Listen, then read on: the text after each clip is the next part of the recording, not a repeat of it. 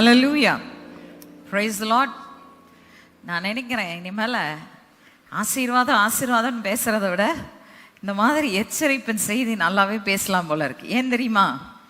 போன வாரம் இதுவரைக்கும் நான் ஆசீர்வாத செய்தி பேசினப்போ யார் என்கிட்ட எதுவும் சொல்லாதவங்க போன வாரம் 2-3 பேர் கூப்பிட்டு சொல்லி, சிஸ்டர் எனக்கே பேசுனீங்க, எனக்கே பேசின மாதிரி இருந்தது, எனக்கே ஆசீர்வாதமா இருந்தது. சில நேரத்தில் எச்சரிப்புகளின் மூலமாக தான் கர்த்தர் நம்மளோட கூட பேசுறாரு. இன்னும் அதிகமாக பேசுறாருன்னா ரொம்ப சந்தோஷம். அப்போ ஆண்டவர் உங்களை he's leading you towards perfection. இன்னும் அவரை போல நாம் மாறுவதற்கு தேவன் உங்களுக்கு உதவி செய்கிறார் என்று சொல்லி நான் நம்புறேன். ஹல்லேலூயா. சரி, மரணத்துக்கு ஏதுவான பாவம் அப்படின்னு வேதத்துல சொல்லப்பட்டிருக்கிறது. நான் சொன்னேன், பழைய ஏற்பாட்டுல எல்லா பாவங்களும் மரணத்துக்கு ஏதுவானது அல்ல.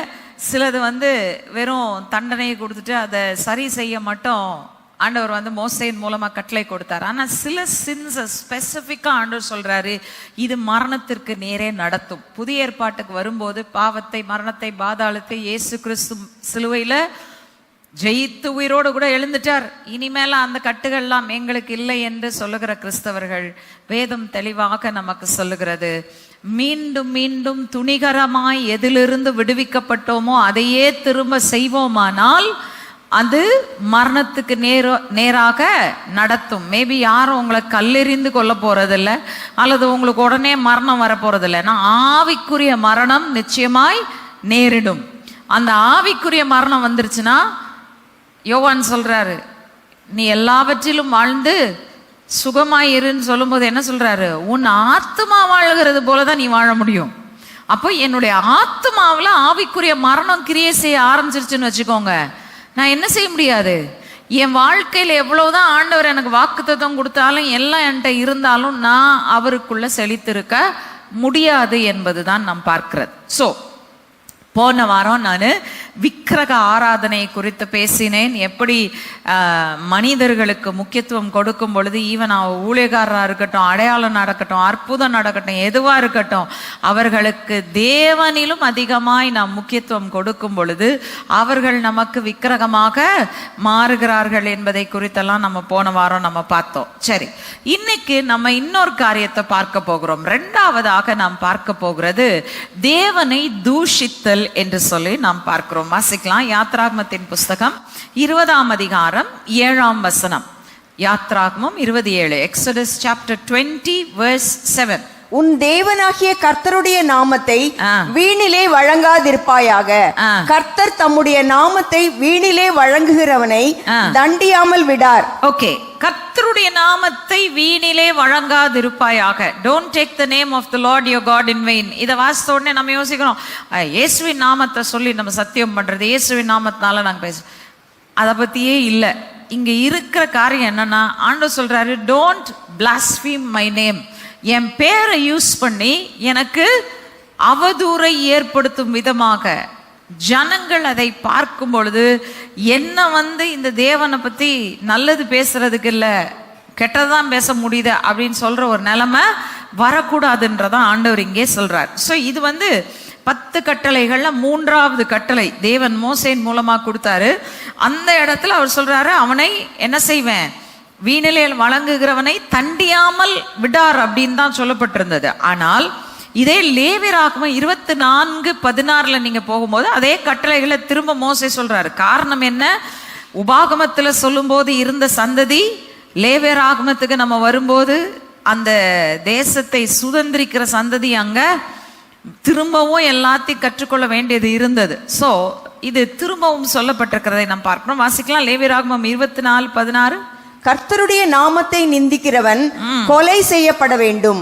சபையார் எல்லோரும் அவனை கல்லெறிய வேண்டும். பரதேசி ஆனாலும் சுதேசி ஆனாலும் கர்த்தரின் நாமத்தை தூஷிக்கிறவன் கொலை செய்யப்பட வேண்டும். ஓகே, என்ன சொல்லப்பட்டிருக்கிறது தெளிவா? கர்த்தருடைய நாமத்தை தூஷிக்கிறவன், கர்த்தருடைய நாமத்தை நிந்திக்கிறவன் நிச்சயமாக கொலை செய்யப்பட வேண்டும், கல் எறிந்து அவனை கொல்ல வேண்டும் என்று சொல்லி ஆண்டவர் கட்டளை கொடுத்திருந்தது மட்டுமல்ல, இந்த பனிஷ்மெண்ட் ஆக்சுவலா இஸ்ரவேலின் சரித்திரத்துல எங்கேயாச்சும் கேரி அவுட் ஆயிருக்குன்னா ஆகி இருக்கிறது. எங்கே ஆகி இருக்கிறது வாசிக்கலாம். அதே லேவியராகமத்தின் புஸ்தகம் 24ஆம் அதிகாரத்துல இன்னும் சில வசனங்கள் தாண்டி நம்ம போனோம்னா இருக்கு. ஓகே சாரி, ஓகே அந்த வசனம் இல்லை, but we will see later. இப்போ இங்க என்ன சொல்லப்பட்டிருக்குதுன்னா, கர்த்தருடைய நாமத்தை நிந்திக்கிறவன் கொலை செய்யப்பட வேண்டும், சபையார் எல்லாரும் அவனை கல்லெறிய வேண்டும் என்று சொன்ன பொழுது, இது இஸ்ரவேலின் சரித்திரத்துல உண்மையிலே நடந்தது. ஒரு முறை நடந்தது. என்ன ஆச்சுன்னா, தான் கோத்திரத்து பெண் ஒருவள், அவளுடைய கணவன் வந்து ஒரு எகிப்தியன். இவன் என்ன செஞ்சான், அவங்களுடைய மகன் என்ன செய்யறான்னா தூஷிக்கிறான், தேவனுடைய நாமத்தை தூஷிச்சிடறான். தூஷிச்ச உடனே என்ன நடந்தது அப்படின்னு சொல்லி பார்த்தீங்கன்னா, அது மோசேயினுடைய கவனத்திற்கு கொண்டு வரப்பட்டது. ஜனங்கள் எல்லாரும் இவன் தூஷிக்கிறான் அப்படின்னு சொல்லி கொண்டு வந்த உடனே அவனை அடைத்து வைத்தார்களாம். அடைத்து வைத்து என்ன செய்தார்களாம், தேவனிடத்தில் கேட்கிறாங்க, இவனை நாங்க என்ன செய்யட்டும் அப்படின்னு கேட்ட உடனே ஆண்டவர் அவங்களுக்கு சொல்றாரு, அவன் வந்து கொலை செய்யப்பட வேண்டும் என்று சொல்ல அவனை 24:11 ரைட் வாசிக்கலாம். 24:11. அப்பொழுது இஸ்ரவேல் ஜாதியான அந்த ஸ்திரீயின் மகன் கர்த்தரின் நாமத்தை நிந்தித்து தூஷித்தான். அவனை மோசேயினிடத்தில் கொண்டு வந்தார்கள். அவன் தாயின் பெயர் செலோமித், அவள் தான் கோத்திரத்தானாகிய திப்ரியின் குமாரத்தி. ஓகே, சோ இங்க நம்ம பார்க்கிறோம், தான் கோத்திரத்து அந்த பெண்ணினுடைய மகன், செலோமித் என்கிற பெண்ணினுடைய மகன் தூஷித்த பொழுது ஆண்டவருக்கு முன்னாடி காரியம் கொண்டு வரப்பட்டது. கொண்டு வந்து என்ன செய்யறாங்க, கல் எறிந்து அந்த மனிதனை அவர்கள் கொன்றார்கள் என்று சொல்லி நாம் வாசிக்கிறோம். சோ சரித்திரத்துல நடந்தது. இப்போ நம்மளை பொறுத்த வரைக்கும் அது சரீர பிரகாரமான மரணம். ஆனா நம்ம சொல்றோம் என்ன நடக்கும், ஆவிக்குரிய மரணம் வரும். சரி, நாங்க எப்படி ஆண்டவருடைய நாமத்தை தூஷிக்க போறோம்? நாங்க தான் ஆண்டவரை ஏற்றுக்கொண்டோமே இல்லையா? இயேசு கிறிஸ்துவை ஏற்றுக்கொண்டு இயேசு கிறிஸ்துவை நேசித்து, ஆண்டவரை நேசித்து, பிதாவை நேசித்து தான் இன்னைக்கு நாங்கள் வாழ்ந்து கொண்டு இருக்கிறோம். நாங்கள் எவ்விதத்துலையும் அவருடைய நாமத்தை நாங்கள் என்ன செய்ய மாட்டோம், தூஷிக்க மாட்டோம்னு நம்ம சொல்கிறோம். ஆனால் நம்ம எங்கே எப்படி தூஷிக்கக்கூடிய சூழ்நிலை வருது, ஏன் அது தூஷித்தல் என்று அழைக்கப்படுகிறது? வாசிக்கலாமா? நீதி எத்தனை பேர் ஆயத்தமாக இருக்கிறீங்க இதை ஏற்றுக்கொள்றதுக்கு? ஏற்றுக்கொள்ள மனதாயிருந்தால் கேளுங்கள். இல்லை பார்க்கலாம், இது ஏற்றுக்கொள்ள முடிஞ்சா ஏற்றுக்கொள்கிறோம், இல்லைன்னா விட்டுருவோம் அப்படின்னு சொன்னால் நீங்கள் பிரசங்கம் கேட்டு ஞாயிற்றுக்கிழமை ஆராதனையில் உட்கார்றது வேஸ்ட். ஓகே, ஆண்டவர் சொல்லுகிற காரியம். ஏன்னா இது கொஞ்சம் கஷ்டமாக இருக்க போது, அதனால தான் முன்னாடியே எச்சரிக்கை கொடுத்துட்றேன். அதாவது ஃப்ளைட்டில் போனீங்க அப்படின்னா டர்புலன்ஸ் வர்றதுக்கு முன்னாடியே சொல்லிடுவான், please put on your seat belts, we are going to fly through an area of turbulence அப்படின்னு சொல்லுவான். அந்த மாதிரி நான் சொல்லிடுறேன், முன்னாடியே எச்சரிக்கையாக சொல்லிடுறேன். இது கஷ்டமாக இருக்கும். ஆனால் இது இனிமேல நீங்களும் நானும் நம்முடைய வாழ்க்கையில் மிக ஜாக்கிரதையாய் கவனித்து பார்த்து இதற்கு விலகி ஓண்ட வேண்டியவர்களாக இருக்கிறோம். சரி, எங்கே எப்படி தூஷிக்க முடியும் நம்ம வாழ்க்கையில்? ஆண்டவருடைய பேரை வாசிக்கலாம். நீதிமொழிகளின் புஸ்தகம் 30ஆம் அதிகாரம் 8-9 வசனங்கள். Proverbs chapter 30 verses 8 and 9. மாயையையும் பொய் வசனிப்பையும் எனக்கு தூரப்படுத்தும், தரித்திரத்தையும் ஐஸ்வர்யத்தையும் எனக்கு கொடாதிருப்பீராக. நான் பரிபூர்ணம் அடைகிறதுனால் மறுதலித்து கர்த்தர் யார் என்று சொல்லாத படிக்கும், தரித்திரப்படுகிறதுனால் திருடி என் தேவனுடைய நாமத்தை வீணிலே வழங்காத படிக்கும், என் படியை எனக்கு அளந்து என்னை போஷித்தரலும். ஓகே, இப்போ இங்க 2 விதத்துல கர்த்தருடைய நாமத்தை தூஷிக்க கூடியது சொல்லப்பட்டிருக்கிறது. அதை சொன்னதுக்கு அப்புறம் அதுக்குரிய காரணத்துக்கு வருவோம். ஓகே, முதலாவது சொல்லுகிறது, நான் அதிகம் பெற்று கர்த்தருடைய நாமத்தை நான் என்ன செய்வேன், கர்த்தர் யார் என்று சொல்லாதபடிக்கு, that I do not say lest I deny. Okay, நான் அவரை வந்து யாருன்னே தெரியாது, என் கைபலனும் என் சாமர்த்தியமும் தான் இதெல்லாவற்றையும் எனக்கு சம்பாதித்து கொடுத்தது என்று நான் சொல்லாதபடிக்கு என்ன செய்யாதீங்க ஆண்டவரே, எனக்கு அதிகம் கொடுத்துறாதீங்கன்றார். ஓகே, அங்க லெமுவேல் என்று சொல்லப்பட்டிருக்கிறது. That's another name of Solomon. அவ்வளவுதான். இப்போ அவர் வந்து என்ன சொல்றாரு, எனக்கு அதிகம் கொடுத்துறாதீங்க, நாங்க உங்களுடைய நாமத்தை நான் மறந்து போகாதபடிக்கு don't give me more Lord.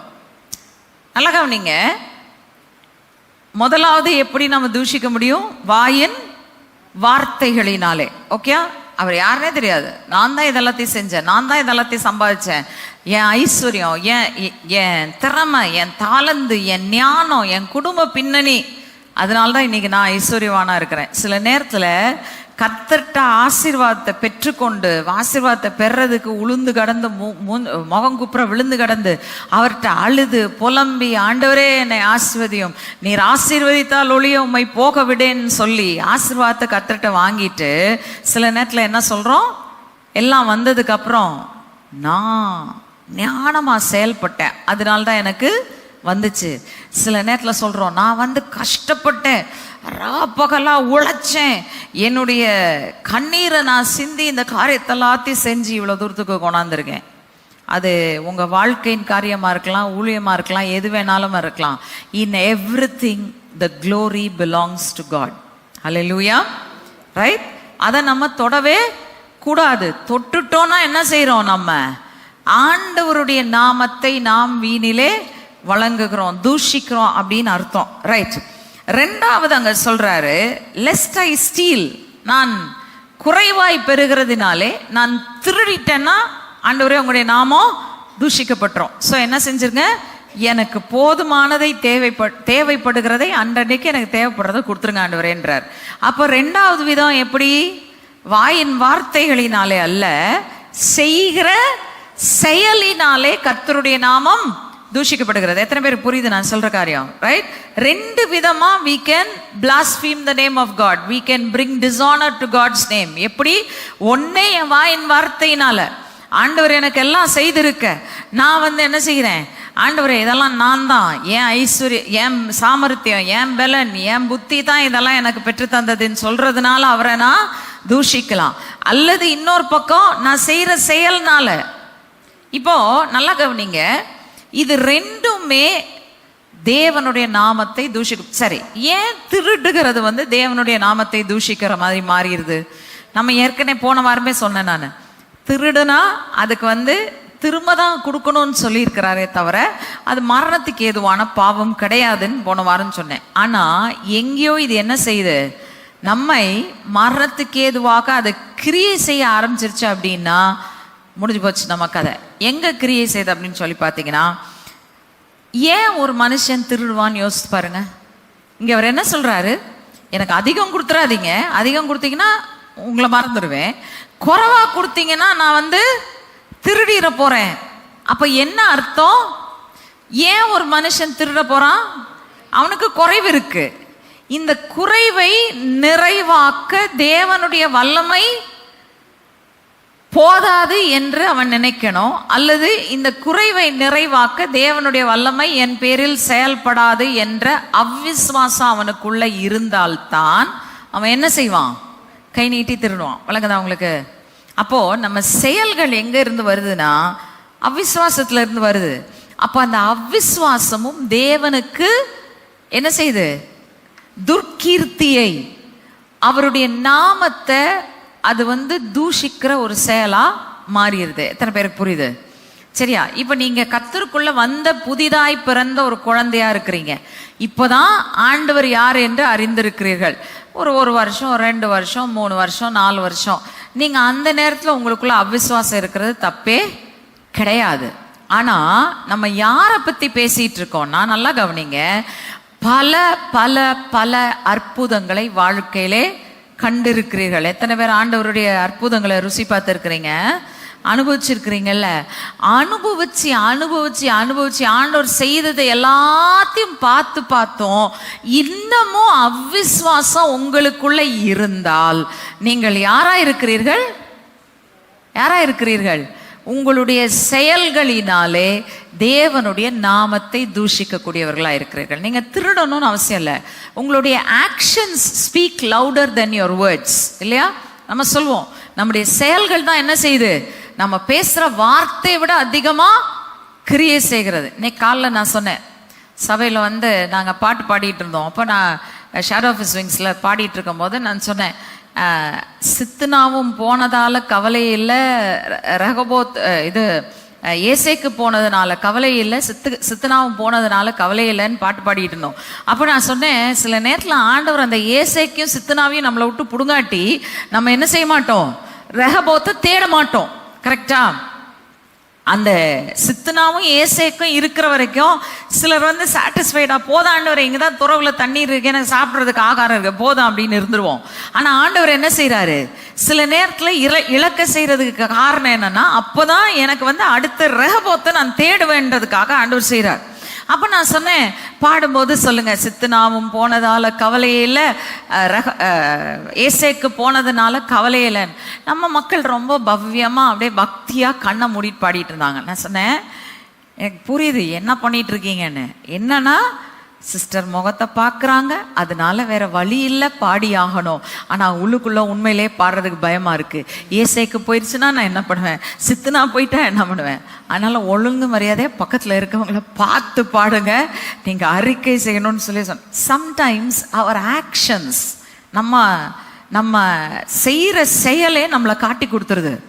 அப்ப யோசித்து பாருங்க, இன்னைக்கு நம்மளை சுற்றிலும் வாழ்ந்து கொண்டு இருக்கிற உலகம் நம்ம வார்த்தையை கேட்கறது மட்டுமல்ல. நான் போய் சொல்றேன் இயேசு நல்லவர், இயேசு உன்னை நடத்துவார்ன்னு சொல்லிட்டு, நானே ஒரு போராட்டம் வந்த உடனே தொடநடிகை மாதிரி உட்கார்ந்து பயந்துக்கிட்டு, ஐயோ என்ன நடக்குமோ தெரியாது, அவன்கிட்டே போய் புலம்பும் போது என்ன ஆயிருது, இப்போ என் வார்த்தை விட என் செயல்கள் என்னை காட்டி கொடுத்து விடுகிறது. எத்தனை பேருக்கு புரியுது? ஓகே, இதனாலதான் இன்னைக்கு நிறைய நேரத்துல ஆண்டவருடைய நாமம் நம்ம வாழ்க்கையின் மூலமாய் தூஷிக்கப்பட்டு கொண்டு தான் இருக்கிறது. தயவு செய்து ஞாபகம் வச்சுக்கோங்க, இது எதற்கு ஏதுவான பாவம்? ஆவிக்குரிய மரணத்துக்கு ஏதுவான பாவமா மாறிடும். நீங்க ருசி பார்த்தவர்கள், அனுபவித்தவர்கள் என்ன செய்யணும்? அனுபவித்ததற்கு ஏற்றவாறு வாழணும். ஒரு தடவை ஆண்டவர் செஞ்சா போதுங்க, சரி ஒரு தடவை செஞ்சாரு, 2 தடவை செஞ்சிட்டாரு, இதுக்கு மேலே உங்களுக்கு நம்பிக்கை வேணுமா? எந்த காரியமும் 2 சாட்சிகளினாலே நிலை வரப்படும் சொல்லி வசனத்துல சொல்லி, நமக்கு 100 தடவை ஆண்டவர் செஞ்சாலும் என்ன ஆகுது? அந்த அவ்விசுவாசம் எங்கேயோ நெஞ்சில ஒட்டி கொண்டிருக்கிறது. நல்லதில்லை, ஞாபகம் வச்சுக்கோங்க. ஏன்னா அவ்விசுவாசம் என்ன செஞ்சிடும், அது கொஞ்சம் கொஞ்சமா உங்க ஆவிக்குரிய கனியை அது கெடுக்க ஆரம்பிக்கும். கொஞ்சம் கொஞ்சமா ஆவிக்குரிய மரணம் உங்களுக்குள்ள வருவதற்கு அது கிரியை செய்ய ஆரம்பித்து விடும் என்று சொல்லி நாம் பார்க்கிறோம். அவ்விசுவாசம் is like a spiritual disease. புரியுதா நான் சொல்றது? அவ்விசுவாசம் எப்படி இருக்கு? ஒரு ஆவிக்குரிய சிக்னஸ் மாதிரி, வியாதி மாதிரி. அது எங்கேயோ ஒரு சின்ன தலைவலியா தோணலாம், ஒரு சின்ன காய்ச்சலா வரலாம், ஆனா சிலது வந்து அதுல இருந்து பெரிய வியாதியா மாறுறது மாதிரி இந்த அவ்விசுவாசமும் நம்ம வாழ்க்கையை கெடுக்கக்கூடிய ஒரு பாவமாக மாற கூடும் என்பதை நாம் மறந்து போகக்கூடாது. ரைட்? ஸோ நல்லா ஞாபகம் வச்சுக்கோங்க. அவர் சொல்றாரு, நம்ம செயலாயிருந்தாலும் சொல்லாயிருந்தாலும் இரண்டிலும் என்ன செய்யணும்?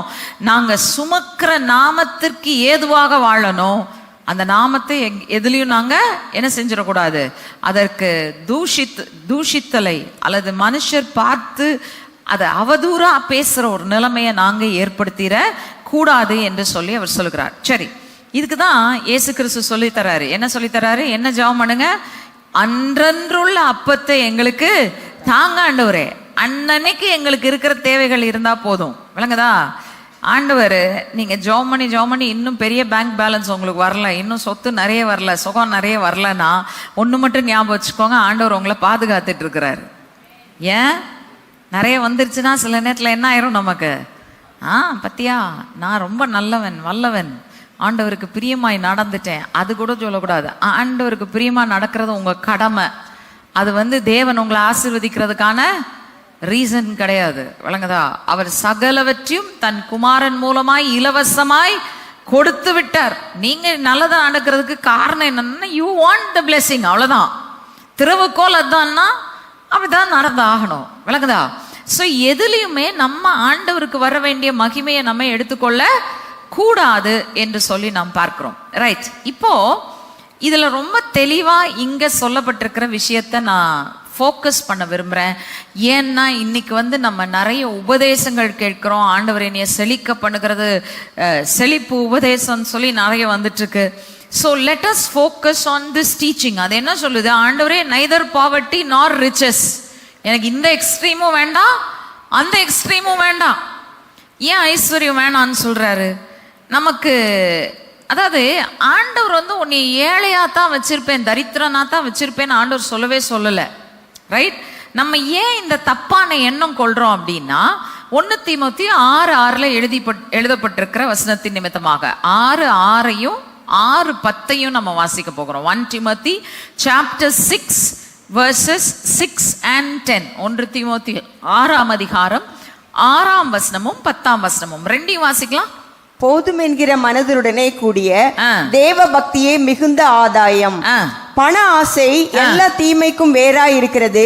சிலர் அதை இச்சித்து விசுவாசத்தை விட்டு வழுவி அநேக வேதனைகளினாலே தங்களை உருவ குத்தி கொண்டிருக்கிறார்கள். ஓகே, இப்போ நான் கேட்கிறேன், அங்க சொல்றாரு பணம் தீமை என்று சொல்லுகிறார் ஆண்டவர்.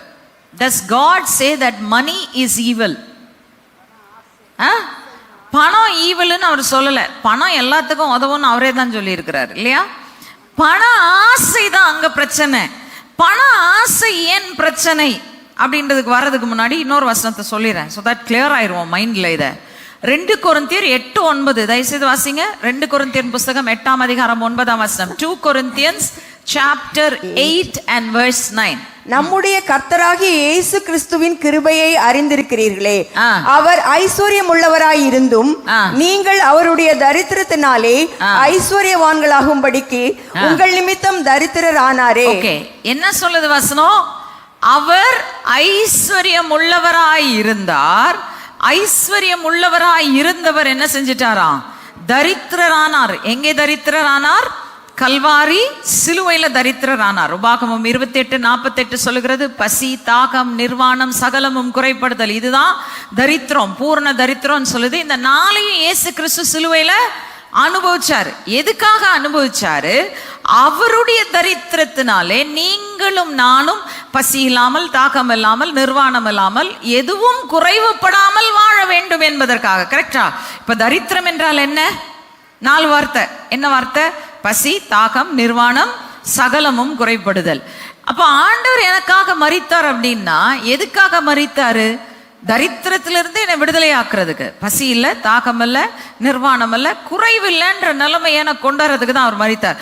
அப்போ நீங்க நல்லா யோசித்து பாருங்க, அவரே தேவனே தன் சொந்த குமாரனை கொடுத்து என் தரித்திரத்தை மாற்ற சித்தமாய் இருந்தார், தம் ஐஸ்வர்யத்தை கொடுக்க சித்தமாய் இருந்தார்னா, ஐஸ்வர்யம் என்பது என்ன இல்லை?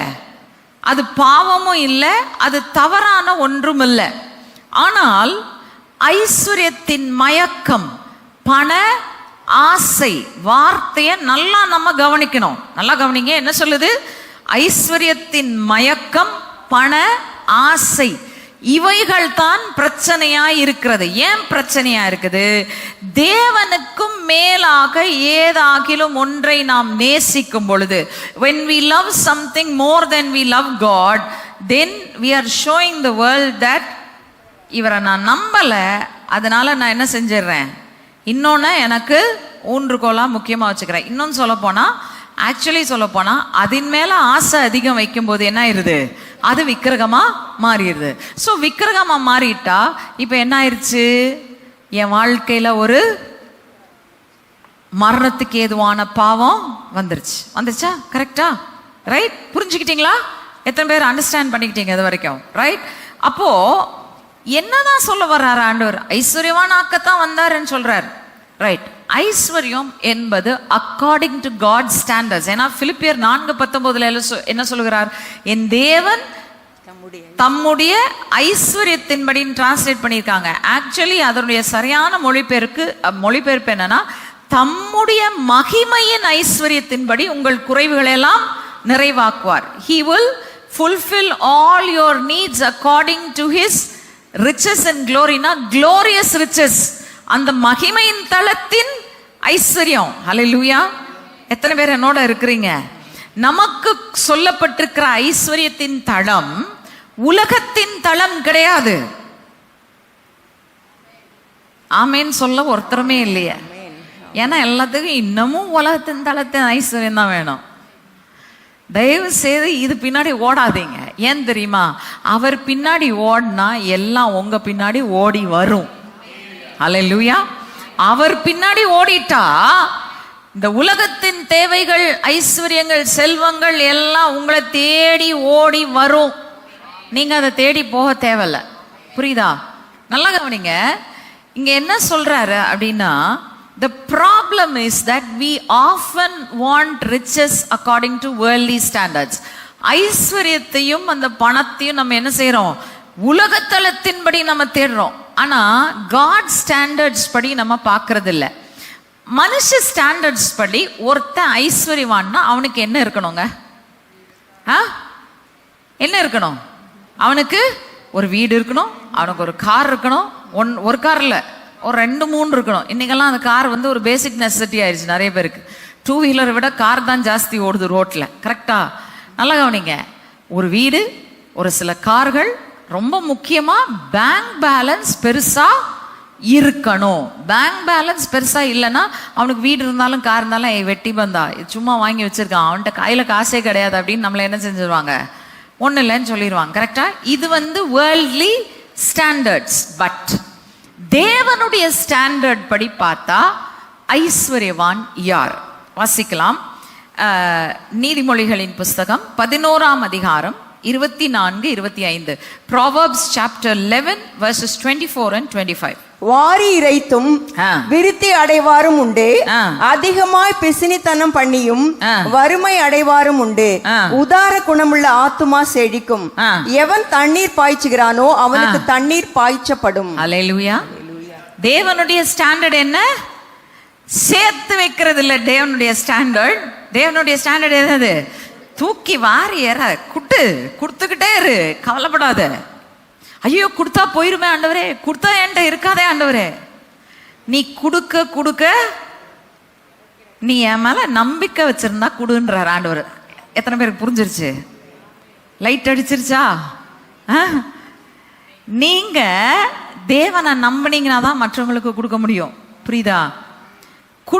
கொடுக்க அவர் உங்களுக்கு என்ன செய்வார்? திரும்ப கொடுப்பாருன்ற நம்பிக்கை இருந்தா என்ன வேணா வரட்டும், என்ன வேணா போட்டுன்னா கொடுத்துக்கிட்டே இருக்கிற ஆண்டவரே, நீங்க கொடுத்துக்கிட்டே இருப்பீங்க. ஏன்னா நீங்க சொன்னதை தான் நான் செய்யறேன். கரெக்டா? எத்தனை பேருக்கு புரியுது நான் சொல்றது? Giving is the standard of God's blessing. நான் எவ்வளவு அதிகமாக பேங்க்ல சேர்த்து வச்சிருக்கேன்றது முக்கியம் இல்லை, நான் எவ்வளோ அதிகமா கொடுக்கிறேன் அப்படின்றதான் தேவனுடைய அளவுகோல். ஹல்லேலூயா.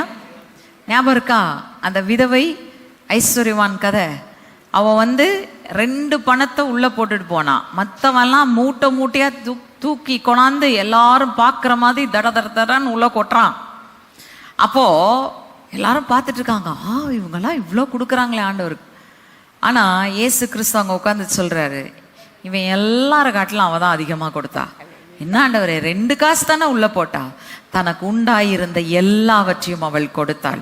அவ எப்படிங்க அந்த எல்லாவற்றையும் கொடுக்க முடியும்? உண்மையில சொல்ல போனா அந்த பெண்ணை பத்தி நம்ம பேசுறது இல்லை, பட் நான் சொல்வேன் ஒரு விசுவாசத்தின் பயங்கரமான முன்மாதிரி அந்த பெண். அல்லேலூயா. பேர் கூட தெரியாது நமக்கு. விசுவாச வீரர்களின் பட்டியலில் நம்ம பலரை பத்தி பேசுவோம், ஆனா உண்மையை சொல்ல போனா அந்த பெண் ஒரு விசுவாச வீராங்கனை. நான் இருக்கிறதெல்லாத்தையும் கர்த்தருக்கு கொடுக்குறேன், அடுத்த நிமிஷம் என்ன செய்வேன்னு தெரியாது, ஆனா ஒண்ணு மட்டும் தெரியும், என்னை பார்த்துக்கிற ஒரு தேவன் உண்டு, அவர் பார்த்துக்குவாரு. நான் எப்படி கை நீட்டி திருடி அவருடைய நாமத்தை தூஷிக்க கூடாதோ அதை விட அதிகமா அவர் கரிசனையா இருப்பாரு.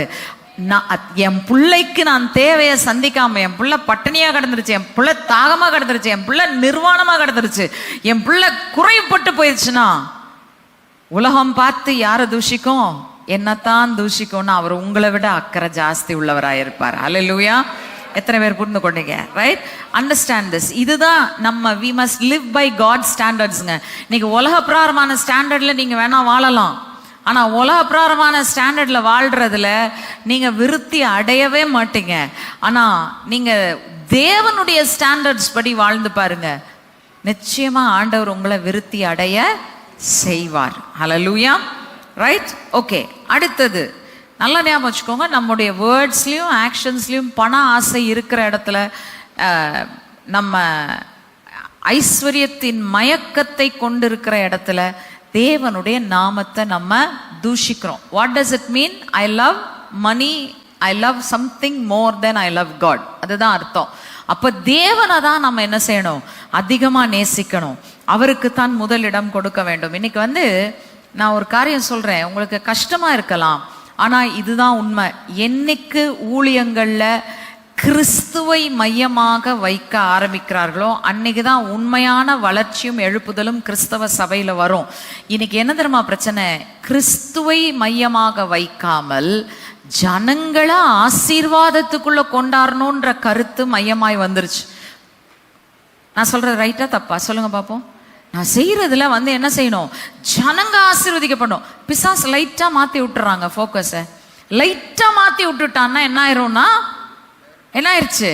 இயேசு சென்டர்ல இருந்து அவுட் ஆஃப் பேலன்ஸ் போயிடுவாரு. சென்டர் பாயிண்ட் வேற எங்கேயோ போயிடும். தேவன் நினைக்கிறத செய்ய முடியாது. எத்தனை பேர் ஒத்துக்கிறீங்க? நீங்களும் முடிவு பண்ணிக்கோங்க, நான் ஆண்டவருக்காக தேடணும். I must seek Jesus for who he is. அவர் யாரா இருக்கிறார் என்பதற்காக நான் அவரை தேடணும். அவரை அறிந்து கொள்ளும்படியாக நான் அவரை தேடணும். அவரை உணர்ந்து கொள்ளும்படியாக நான் தேடணும். என் ஆசீர்வாதத்துக்காக நான் அவரை தேட கூடாது. அப்ப என் ஆசீர்வாதம் என்ன ஆகும் சிஸ்டர்?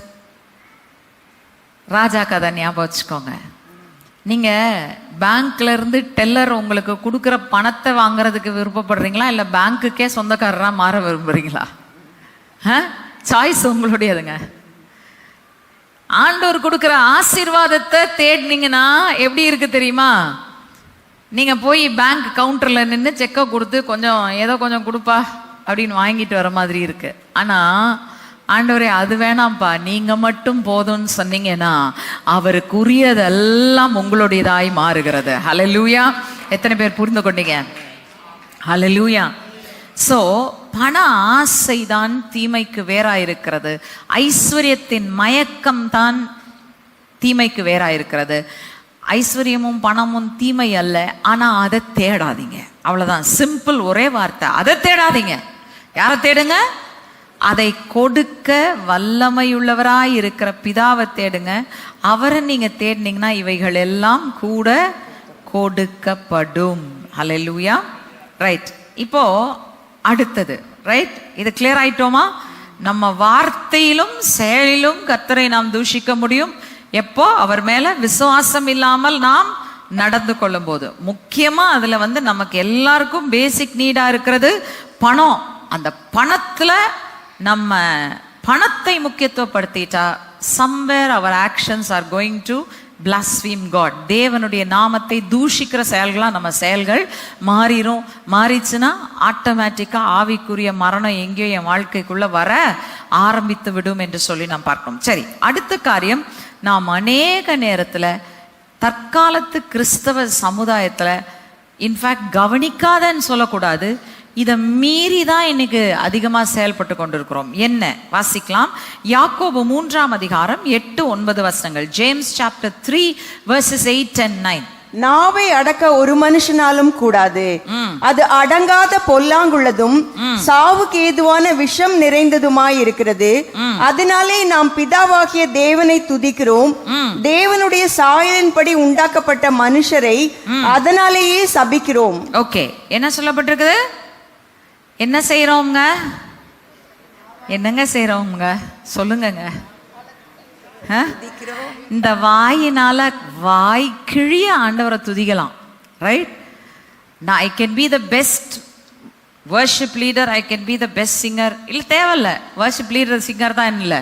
நீங்க கீழே நின்று ஆண்டவரை ரொம்ப சூப்பரா ஆராதிக்கிற ஆராதனை வீரர். I love to worship the Lord. ஆண்டவரை ஆராதிக்கிறது எனக்கு ரொம்ப பிடிக்குங்க அப்படின்னு சொல்லிட்டு நீங்க உட்கார்ந்து ஆண்டவர் ஆராதிக்கிறீங்க, மணிக்கணக்கா ஆராதிக்கிறீங்க, மணிக்கணக்கா அவருக்கு பிரியமான ஆராதனையை செலுத்துறேன்னு சொல்றீங்க.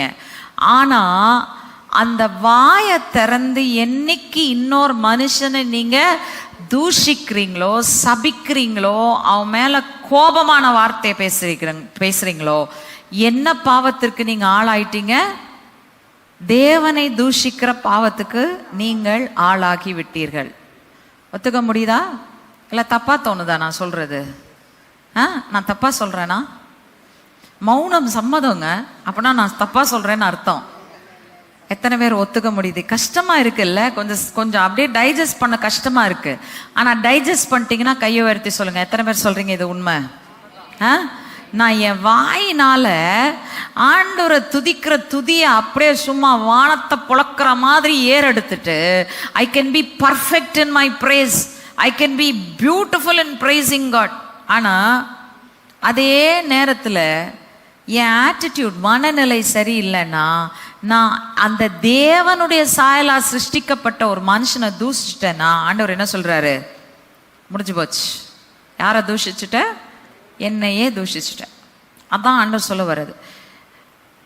யாக்கோப் சொல்றாரு, அந்த நாக்க மட்டும் கண்ட்ரோல் பண்ணிட்டனா நீ பூர்ண புருஷனியா அப்படின்றார். அப்படின்னா என்ன அர்த்தம்? பர்ஃபெக்ட் ஆயிட்டேன், என் நாக்க மட்டும் என்னால கண்ட்ரோல் பண்ண முடிஞ்சிருச்சுன்னா நான் யாரா இருக்கிறேன்? பர்ஃபெக்ட். நீங்க பர்ஃபெக்ஷனுக்கு வந்துட்டீங்கன்னு அர்த்தம். நான் சொல்றாரு, அதை அடக்கவே முடியாது, அது அடங்காத பொல்லாங்கு நிறைஞ்சது. கடைசியில் எங்க போவோம்?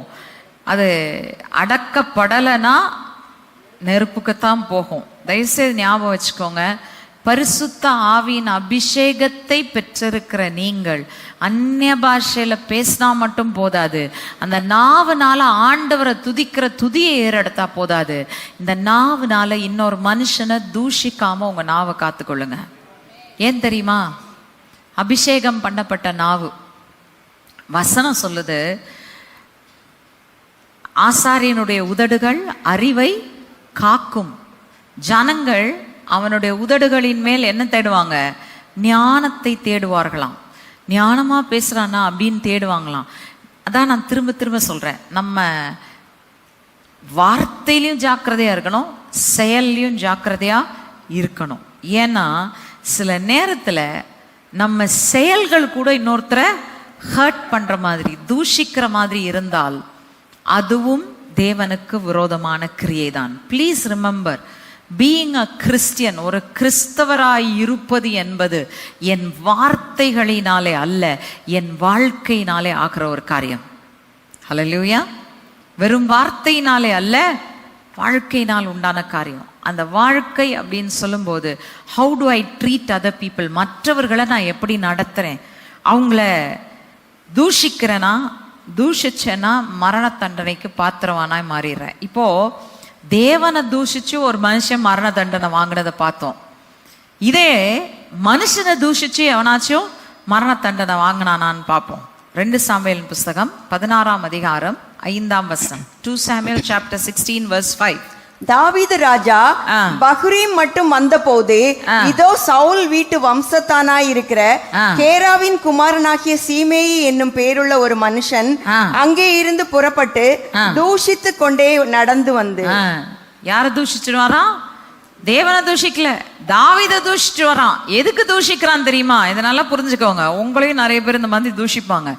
எதுக்குன்னா, நீங்க செஞ்ச தப்புக்காக இல்ல, தாவீது தப்பு செய்யல. அதாவது அவன் சிமேயி வந்து யாருன்னா சவுல் வீட்டான். அவனுக்கு என்ன யோசனைனா, எங்க சவுல தேவன் தான் தெரிந்தெடுத்து வச்சாரு, இந்த தாவீது என்ன பண்ணிட்டாரு, அந்த சவுல வந்து தூக்கி போட்டு இவன் ஓவர் டேக் பண்ணிட்டு வந்துட்டான். சோ இவன் வந்து சபிக்கப்பட்ட மனுஷன் அப்படின்னு அவன் மேல பயங்கர கோபம் சிமேயிக்கு என்ன யோசிக்கலாம் அந்த நேரத்துல? ராஜாக்களை ஏற்படுத்துகிறதும் ராஜாக்களை தள்ளுகிறதும் தேவன்னு தெரிஞ்சிருந்தா அவருக்கு என்ன செஞ்சிருப்பாரு? வாயை மூடிட்டு இருந்திருப்பாரு.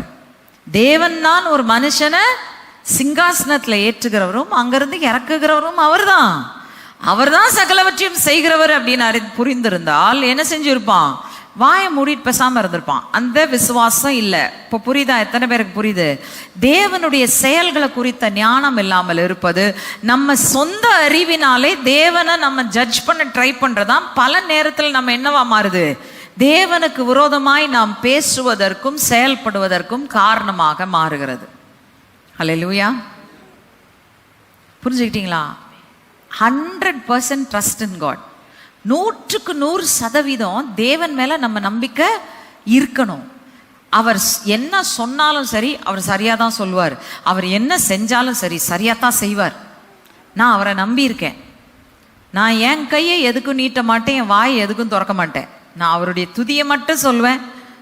அவரை மட்டும் உயர்த்துவேன், மற்றதெல்லாத்தையும் அவர் பார்த்து கொள்வார் அப்படின்ற நம்பிக்கை உங்களுக்குள்ள இருந்தா நீங்க தேவனை தூஷிக்கிறவர்களாய் காணப்பட மாட்டீர்கள். ரைட்? இப்போ இவன் தூஷிச்சுட்டான். தூஷிச்சு முடிச்ச உடனே என்ன ஆயிடுச்சு நமக்கு தெரியும். அப்சலோமுக்கு முன்னாடி ஓடுறாரு பாவம் தாவீது, சொந்த குமாரனால துரத்தப்பட்டு ஓடுறார். அந்த சூழ்நிலையில அவருக்கு உதவி செய்யறதுக்கு வராம வீட்டுல வாய மூடிட்டு உட்கார்ந்து இருந்தா கூட பரவாயில்ல, இவர் என்ன செய்யறாரு, தாவீது தூஷிக்கிறதுக்கு எந்திரிச்சு வர்றாரு. தூஷிச்சு அவரை காயப்படுத்தி மன வேதனைப்படுத்தி அனுப்பிச்சிட்டாரு. போயிட்டு தாவீது அப்சலோம் மேல வெற்றி எடுத்துட்டு அப்சலோமுடைய கதை முடிஞ்சிருச்சு. தேவனுடைய அதிகாரத்தை சேலஞ்ச் பண்ற எவனுக்கும் அதான் நடக்கும், நடந்துச்சு, முடிச்சுட்டு வர்றாரு. திரும்ப வரும்போது இப்போ அபிசாய் தாவீதினுடைய போர் சேனை தலைவர் என்ன சொல்றார் பாருங்க. 2 சாமுவேல் புஸ்தகம் 19ஆம் அதிகாரம் 21ஆம் வசனம். அப்பொழுது செரியாவின் குமாரனாகிய அபிசாய் பிரதியுத்தரமாக, கர்த்தர் அபிஷேகம் பண்ணினவரை சீமேயி தூஷித்தபடியினால் அவனை அதற்காக கொல்ல வேண்டாமா என்றான். ஓகே, இப்ப அபிஷாய் கேட்கிறான், இந்த சீமேயிய நாங்க என்ன பண்றோம், கொன்றோம். ஏன்? இவன் தேவனுடைய அபிஷேகம் பண்ணப்பட்ட மனுஷனை தூஷித்து விட்டான். ஓகே, நல்லா கவனிங்க.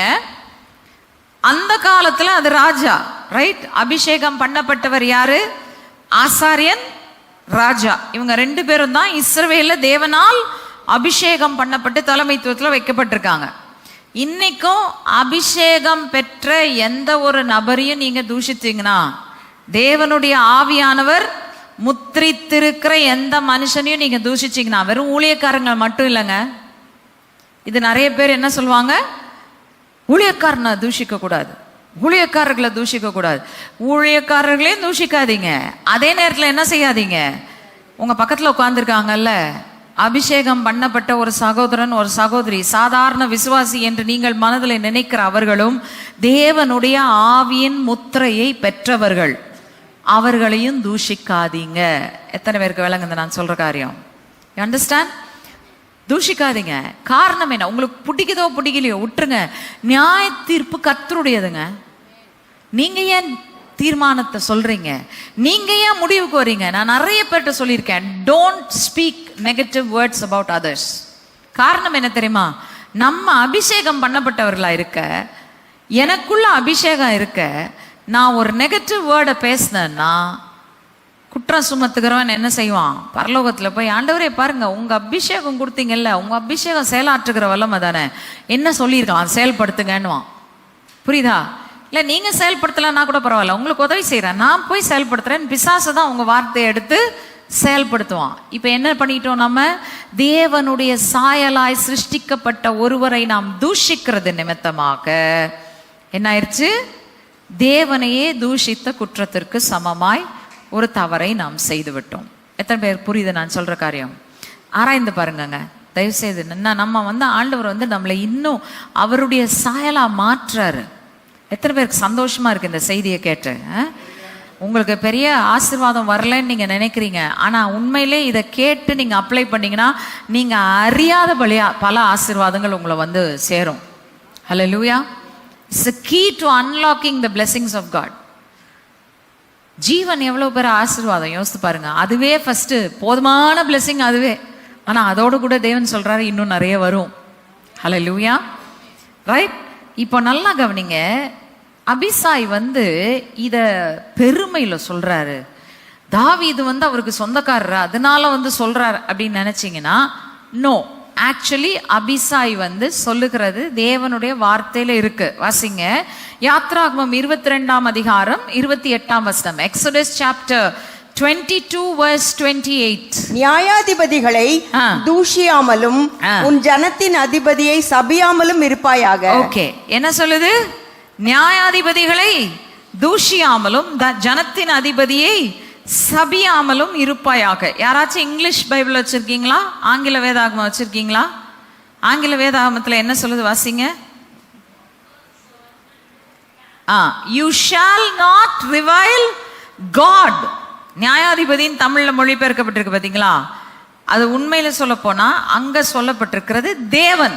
ரைட்? தேவனையும் தூஷிக்காத, ஜனத்தின் அதிபதியையும் என்ன செய்யாத, சபிக்காத. அப்படின்னா என்ன அர்த்தம்? உன் மேல தேவன் யார் லீடரா ரூலரா ஏற்படுத்தி வச்சிருக்கிறாரோ அவங்கள நீ சபிக்காத. ஏன் இது ரெண்டையும் பக்கத்துல வச்சிருக்காங்கன்னு யாராச்சும் யோசிச்சு பார்த்துருக்கீங்களா? தமிழ் வேதாகமத்துல நியாயாதிபதின்னு மாத்திட்டதுனால நம்ம மனுஷனை தான் யோசிக்கிறோம். ஆனா உண்மையிலே சொல்ல போனா ஆங்கில வேதாகமத்துல தேவனை தான் சொல்லியிருக்கு. ரைட்?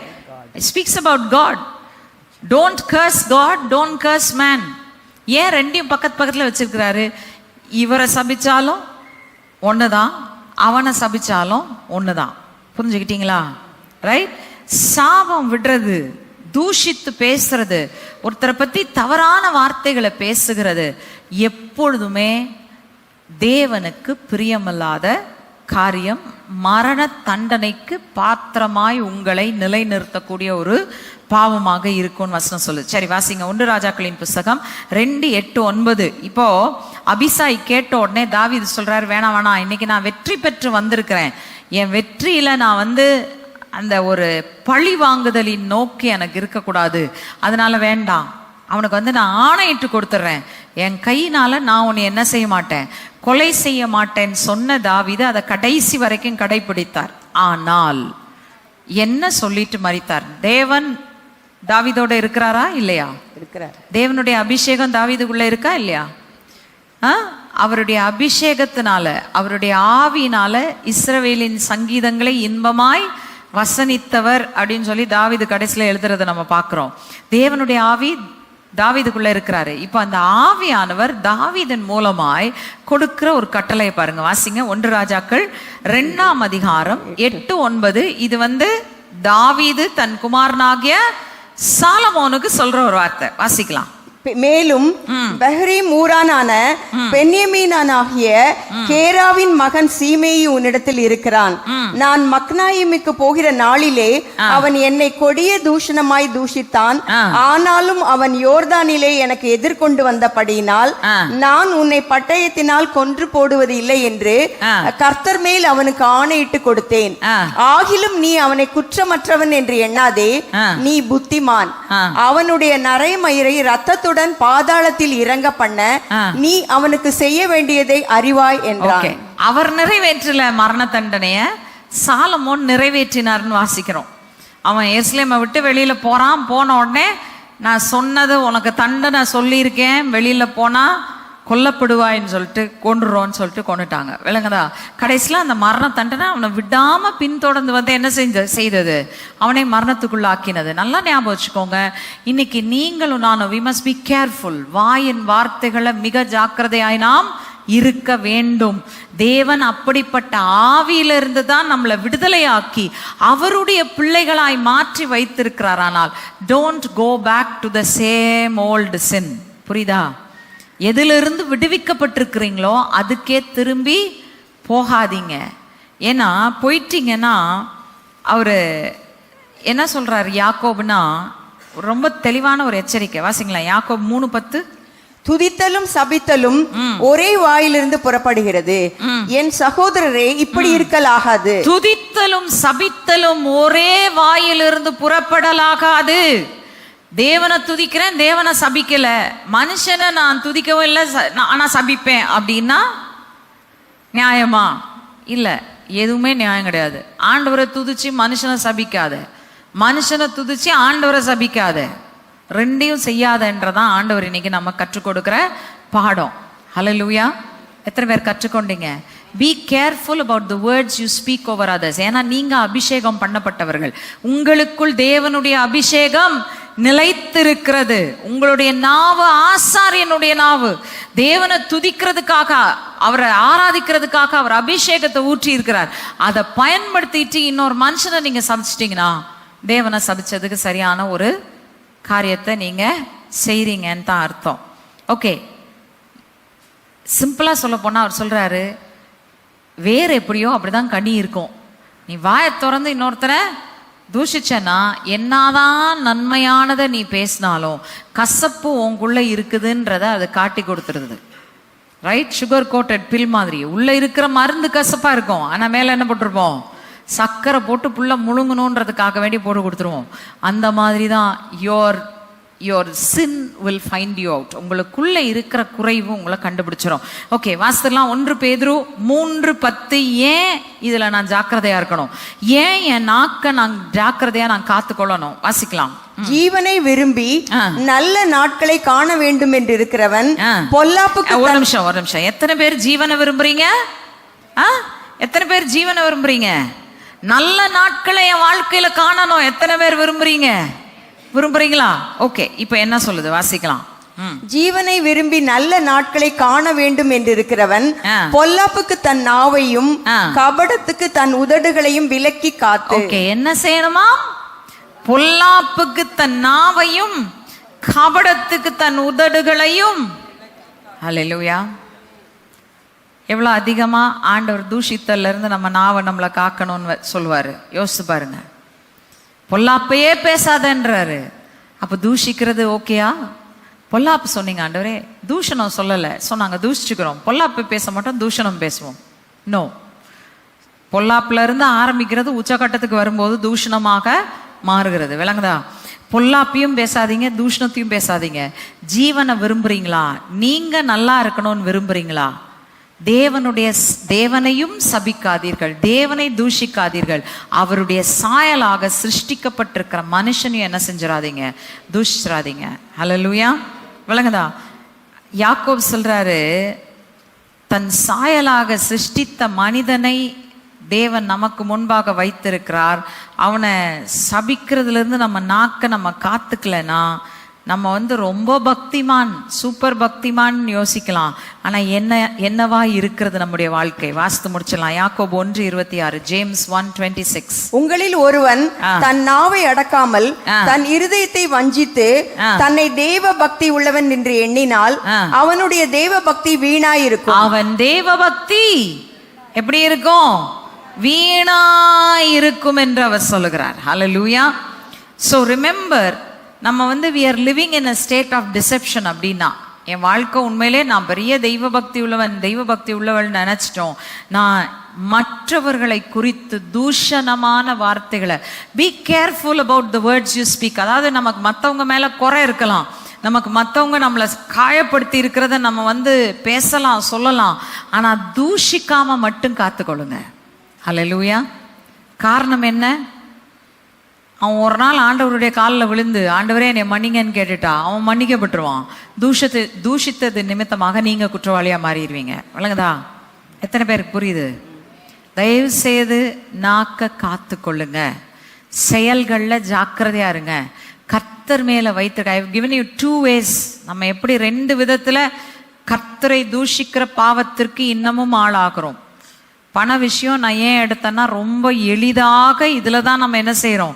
இன்னைக்கு உபதேசங்கள் செழிப்பு செழிப்பு செழிப்பு செழிப்பு செழிப்பு, கர்த்தரை தேடுகிறதுனால செழிப்பு அப்படின்னு மாயா ஒரு சின்ன இந்த சைட்ல ஒரு லாக் போடுற மாதிரி ஒன்று போட்டு வச்சிடுறாங்க. செழிப்பை தேடாதீங்க. ஹல்லேலூயா. செழிப்பை தேடாதீங்க. செழிப்பு கிறிஸ்துவை ஏற்றுக்கொண்ட எல்லாருக்கும் உரிமையாய் இருக்கிறது. ஹல்லேலூயா. நான் எப்பவுமே சொல்லுவேன், தெய்வீக பரிமாற்றத்தை கற்றுக் கொடுக்கும் போது சொல்லுவேன், அதாவது தெய்வீக சுகம் மற்றவர்களுக்கு அற்புதமும் அதிசயமா இருக்கும். ஆனா தேவனுடைய பிள்ளைகளுக்கு அது எப்படி இருக்கு தெரியுமா? தேவனுடைய பிள்ளைகளுக்கு அது அப்பமாய் இருக்கிறது. இட் இஸ் யுவர் அன்றாட அப்பம். அப்படின்னா என்ன அர்த்தம்? என் தினந்தோறும் நான் சாப்பிடுற ஆகாரத்தை போன்றது. செழிப்பும் நீங்க தினந்தோறும் சாப்பிடுகிற ஆகாரத்தை போலதான். ஹல்லேலூயா. அது விசித்திரமாக வினோதமாக நான் தேடி சேர்க்க வேண்டிய ஒரு பொக்கிஷம் அப்படின்றது இல்லை. நீங்க ஆவிக்குரிய வாழ்க்கையில தேடி சேர்க்க வேண்டிய பொக்கிஷம் ஒண்ணுன்னா அது கிறிஸ்து மட்டும்தான். அவரை குறித்த அறிவு தான் அந்த பொக்கிஷம். ஹல்லேலூயா. அவரை அறிந்து கொண்டீங்கன்னா இது எல்லாம் தானா உங்களுக்கு வரும். அவரை பின்தொடர்ந்து ஓடுங்க, மற்ற எல்லாம் உங்களை பின்தொடர்ந்து ஓடி வரும். ஹல்லேலூயா. நீங்க தேவனுடைய நாமத்தை தூஷிக்காம அவருக்கு சாட்சியாய் வாழ்வீர்கள். ஹல்லேலூயா. ஒரு நிமிஷம் தலைகளை தாழ்த்தி ஜெபம் பண்ணுவோமா? நல்ல தகப்பனே, உமக்கு நன்றி செலுத்துகிறோம். ஆண்டவரே, இந்த நாள்ல உம்மை தூஷிக்கிற அந்த பாவத்திற்கு நாங்கள் ஆளாகாதபடிக்கு இன்றைக்கு எங்களுடைய நாவுகளை காத்துக்கொள்ளுங்க, எங்களுடைய இருதயங்களை காத்துக்கொள்ளுங்க தாப்பனே. நாங்கள் பண ஆசை உள்ளவர்களாய் ஆண்டவரே ஐஸ்வர்யத்தின் மயக்கத்தினால மயக்கப்பட்டவர்களாய் இல்லாதபடிக்கு இன்றைக்கு எங்களுடைய இருதயங்களையும் சிந்தைகளையும் நாங்கள் காத்துக்கொள்ள எங்களுக்கு கிருபை செய்யுங்க.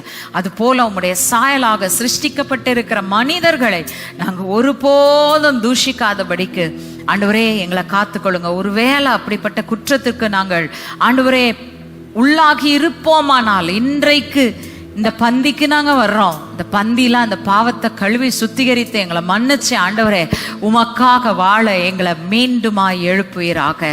எங்களுடைய நாவு அபிஷேகம் பண்ணப்பட்ட ஆண்டவரே ஒரு கழுவப்பட்ட நாவாய், தேவனுக்கு பிரியமான நாவாய் நிலை நிற்க உதவி செய்யுங்க. தாழ்த்தி எங்களை உம்முடைய சமூகத்தில் அர்ப்பணிக்கிறோம், ஒப்பு கொடுக்கிறோம். இயேசு கிறிஸ்துவின் நாமத்தில் ஜெபிக்கிறோம் ஜீவனுள்ள அன்பின் பிதாவே, ஆமென்.